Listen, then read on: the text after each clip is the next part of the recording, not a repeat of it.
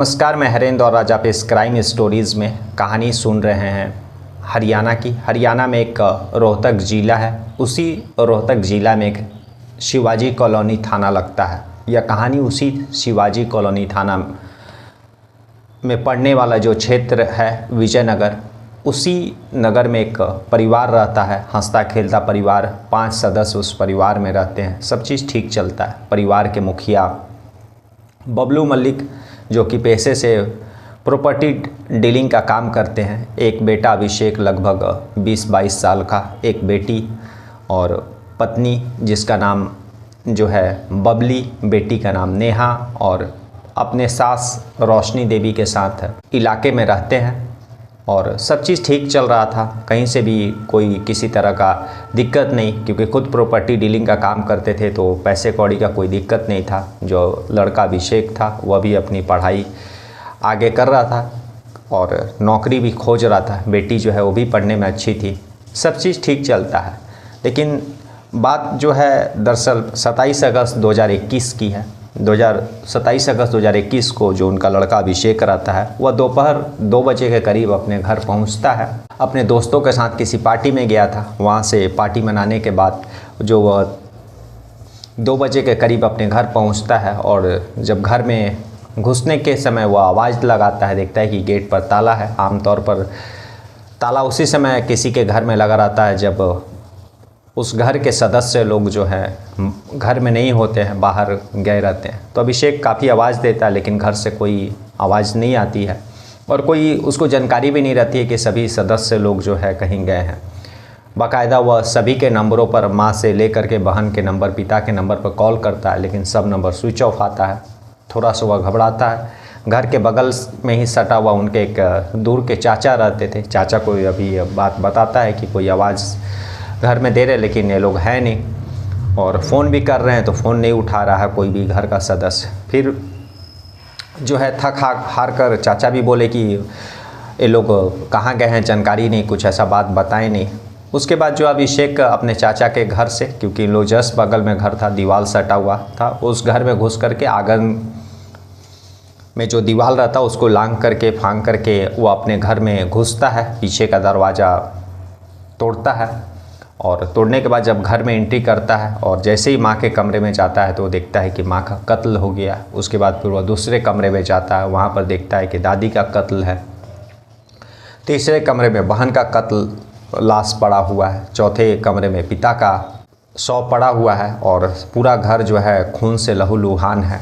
वह चिल्लाने लगता है, चीखने लगता है। इसकी चिल्लाहट और चीख सुन के जो चाचा बगल के रहते हैं वह जो है फिर दीवार फांग करके, लांग करके आंगन में घुसते हैं और इन लोगों की आवाज़ सुन करके जो आस पड़ोस के जो लोग रहते हैं, उस पड़ोस के लोग, उस विजयनगर के जो लोग हैं वहाँ जुटते हैं। और उसी भीड़ में से कोई किसी शख्स ने 100 नंबर पर पुलिस को इत्तला कर दी। पुलिस पहुँचती है और 4 लोगों का जो कत्ल उस घर में हुआ था, चारों तरफ खून, पुलिस भी देख करके दंग रह जाती है। और पुलिस जब पहुँचती है तो अभिषेक का भी जो है 5 परिवार का सदस्य था, 4 परिवारों का जो है डेड हो जाता है, खुद एक अभिषेक बचा था। पुलिस जब वहाँ पहुँचती है और जब लाशों का देखती है, निरीक्षण करती है, तो पता चलता है कि जो अभिषेक की बहन थी नेहा, उसका सांस चल रहा था। आनन पानन में उसको जो है तुरंत सरकारी हॉस्पिटल पहुँचाया जाता है और बाकी जो लाश रहते हैं डेड बॉडी, उसको पुलिस पोस्टमार्टम के लिए भेज देती है। लेकिन एक दिन के बाद ही नेहा जो उसके शरीर में काफ़ी ज़ोर से चोट लगा था और वह इलाज के दौरान ही उसका मृत्यु हो जाता है। बाकी जो 3 लोग रहते हैं उन लोग हॉस्पिटल पहुंचने पर ब्रॉड डेड डॉक्टर बताते हैं। इधर पुलिस अपना इन्वेस्टिगेशन करती है और घर में पुलिस जब उस घर का मुआयना करती है तो कहीं भी फोर्सफुल एंट्री नहीं हुआ था और ना ही कोई लूटपाट का वारदात को अंजाम दिया गया था। अब पुलिस भी नहीं समझ पा रही थी कि आखिर जो है ना ही लूटपाट हुआ है, ना ही घर में कोई फोर्स एंट्री है। 4 लोगों के कत्ल के पीछे का क्या राज है। अभिषेक से भी पुलिस उस समय कुछ पूछताछ नहीं कर सकती थी, क्योंकि अभिषेक एक परिवार का 4 लोग, उसके माता पिता, नानी और बहन को उसने खोया है, तो वह खुद सदमे में था। उसकी हालत देखकर पुलिस वालों को भी हिम्मत नहीं हुई जो है किसी तरह का जानकारी प्राप्त करने का। कुछ समय पुलिस इंतज़ार करती है और कुछ समय बीतने के बाद पुलिस अभिषेक से सारा जानकारी लेती है उसकी कैसे यह हुआ। तो अभिषेक बताता है कि दरअसल 27 अगस्त को वह अपने पुराने दोस्तों लोग ने पार्टी रखा था, इसलिए वह सुबह ही घर से निकल गया था। और पार्टी मनाने के बाद जब 2 बजे के करीब वह अपने घर पहुंचा तो देखा कि घर के पास ताला लगा हुआ। काफ़ी प्रयास करने के बाद भी जो है किसी का फ़ोन नंबर नहीं लगा। तब वो अपने बगल के चाचा का जो घर के पीछे जा कर के और पीछे की दीवार लांघ करके वो अपने घर में एंट्री किया। देखा कि सारे लोगों का घर में कत्ल हो चुका, घर में चारों तरफ खून फैला हुआ है। पुलिस उसका बयान लेने के बाद पुलिस इन्वेस्टिगेशन को आगे बढ़ाती है, लेकिन पुलिस को यह समझ में नहीं हो रहा था कि समझ में नहीं आ रही थी कि आखिर आखिरी समय में आखिरी मोमेंट में मतलब उस घर में क्या हुआ था। पुलिस को यह जानना था, क्योंकि बार बार पुलिस का जो ध्यान उस तरफ ही जा रहा था कि उस घर में ना ही लूटपाट हुआ। पुलिस जो है बबलू मलिक प्रॉपर्टी के जो डीलर रहते हैं उनका भी बैकग्राउंड खंगालती है कि ताकि कोई दुश्मन या फिर उस तरह का किसी से झगड़ा झंझट तो कुछ भी ऐसा निकल करके नहीं आता। और ना ही अभिषेक जो है इस तरह का कोई जानकारी पुलिस को देता है कि पिता का किसी के साथ दुश्मनी है। पुलिस को कोई भी क्लू इस केस में मिलता नहीं है। उसके बाद पुलिस ये डिसाइड करती है कि जो लास्ट मोमेंट में सबसे पहले लाश जो है अभिषेक ने ही देखा, और जब वह घर से सुबह गया था उस समय भी अभिषेक ही वह शख्स है जो सारे परिवारों को सही सलामत देखने के बाद वह अपने दोस्तों के पार्टी अटेंड करने गया था। अब पुलिस जो अभिषेक से पूछने का डिसाइड करती है, और पुलिस जो है उससे पहले जो है पुलिस को पोस्टमार्टम रिपोर्ट भी आ जाता है। और पोस्टमार्टम रिपोर्ट में यह साफ हो जाता है कि जो है परिवार के चारों सदस्यों का जो है गोली मार करके कत्ल किया गया है, और गोली काफ़ी नज़दीक से चलाया गया है। यानी जिसने भी गोली चलाया है वह यह चाहता था कि गोली चलने के बाद, गोली लगने के बाद कि कोई भी शख्स बच ना सके। हाँ, लेकिन उसके पिता को जो है 2 गोली लगी थी, यानी उसके पिता से उस शख्स का ज़्यादा गुस्सा था, इसलिए उसके ऊपर 2 गोली चलाया ताकि किसी भी सूरत में जो है बबलू मलिक बच ना सके। इस बीच जो है अभिषेक से उसका सारा रूटीन पूछने के बाद पुलिस जो है अभिषेक के ऊपर थोड़ा सा पुलिस को डाउट होता है। अभिषेक का बैकग्राउंड खंगालती है, आस पड़ोस में उसके जो दोस्त हैं उससे भी अभिषेक के बारे में पता करती है। तब पुलिस को एक बहुत ही अजीब चीज़ पता चलता है कि दरअसल अभिषेक जो है वह थोड़ा गे टाइप का, समलैंगिक टाइप का लड़का है। और उसके बाद पुलिस जो है अभिषेक के ऊपर पुलिस का शक और बढ़ जाता है।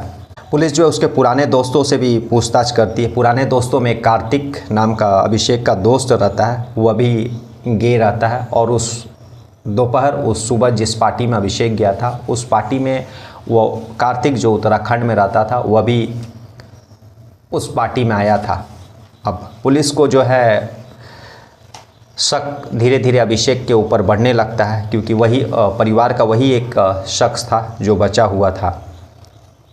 पुलिस फिर से अभिषेक से एक बार जो है पूछताछ करने का प्रयास करती है, और इस बार जो है पुलिस उसको उठाती है और सख्ती से पूछताछ करती है। शुरू में तो अभिषेक पुलिस को गुमराह करने का कोशिश करता है, लेकिन उसके बाद जो है पुलिस उससे जब कड़ाई से पूछताछ करती है तो वह टूट जाता है और कहानी सुनाता है। दरअसल वह कहानी जब सुनाता है तो जो हरियाणा पुलिस रहती है उसके भी पैरों तले ज़मीन खिसक जाती है। कहानी तब शुरू होती है जब अभिषेक दिल्ली में रह कर के केबिन क्रू का 2-3 साल पहले कोर्स कर रहा था, और उसी कोर्स करने के दौरान उसकी दोस्ती जो है उत्तराखंड से आए हुए कार्तिक से होती है, और इन लोगों का जो है वहीं से दोस्ती होता है। और इन लोगों का धीरे धीरे जो समलैंगिकता का जो रिलेशन रहता है, गे लोगों का जो रिलेशन रहता है वह रिलेशन बन जाता है। और यहाँ तक कि अभिषेक जो है कार्तिक का नाम का टैटो अपने छाती पर भी छपवाया था, और अब जो है धीरे धीरे अभिषेक उससे कार्तिक से शादी करना चाहता था, और शादी करने के बाद जो है वह यूरोप में बसना चाहता था। और उससे पहले जो है अभिषेक अपना जेंडर चेंज कराना चाहता था, और इसी सिलसिले में उसने जब डॉक्टर से बात की अपना जेंडर चेंज कराने के लिए तो लगभग 5-6 लाख रुपए का ज़रूरत था अब उसका सेक्स चेंज करने के लिए, और उतने पैसे उसके पास थे नहीं। या बाद जब वो अपने परिवार के सामने रखता है कि उसको जेंडर चेंज कराना है, कार्तिक से शादी करना और यूरोप में बसना है, तब फिर उस परिवार के लोग जो है गुस्सा हो जाते हैं। उसका जो पैकेट खर्चा जो देते थे वह सभी बंद कर देते हैं। और दूसरी तरफ जो है उसकी जो बहन नेहा रहती है, नेहा के लिए स्कूटी भी खरीद देते हैं। यह देख कर के अभिषेक को मन में बहुत गुस्सा आता है कि वह जो अपना जेंडर चेंज कराना चाहता है तो घर वाले पैसा नहीं दे रहे हैं, लेकिन बेटी नेहा के लिए वे लोग स्कूटी खरीद दे रहे हैं। इस बात को लेकर के उसके दिलो दिमाग में निगेटिव चीज़ बैठ जाता है। अब वह किसी तरह से परिवार का कत्ल करके 5 लाख या 6 लाख जो रुपया उसको जेंडर चेंज कराने के लिए चाहिए था, वह किसी तरह से अरेंज करने के उसके माइंड में घूमने लगता है। इसीलिए जो है वह प्लान रचता है और उस प्लान को रचने के लिए वह 27 अगस्त 2021 का दिन चुनता है, जिस दिन उसके पुराने दोस्तों ने पार्टी रखा था। और उसी दिन वह निकलने के पहले अपने घर के सभी लोगों का जो है कत्ल कर देता है। बंदूक भी जो है उसको लाना नहीं पड़ा, क्योंकि उसके पिता प्रॉपर्टी डीलर थे, तो बहुत उस लाइन में बहुत सारे ऐसे लोगों के साथ मतलब जो है डराने के लिए या फिर बहुत सारे ऐसे लोग जो रहते इस तरह का दुश्मनी रहता है, तो वे लोग जो है पिस्तौल रखते हैं। तो वह भी उसके पिता भी जो है अवैध हथियार अपने पास रखे थे, और वह हथियार भी अभिषेक को उन्होंने चलाना सिखाया था।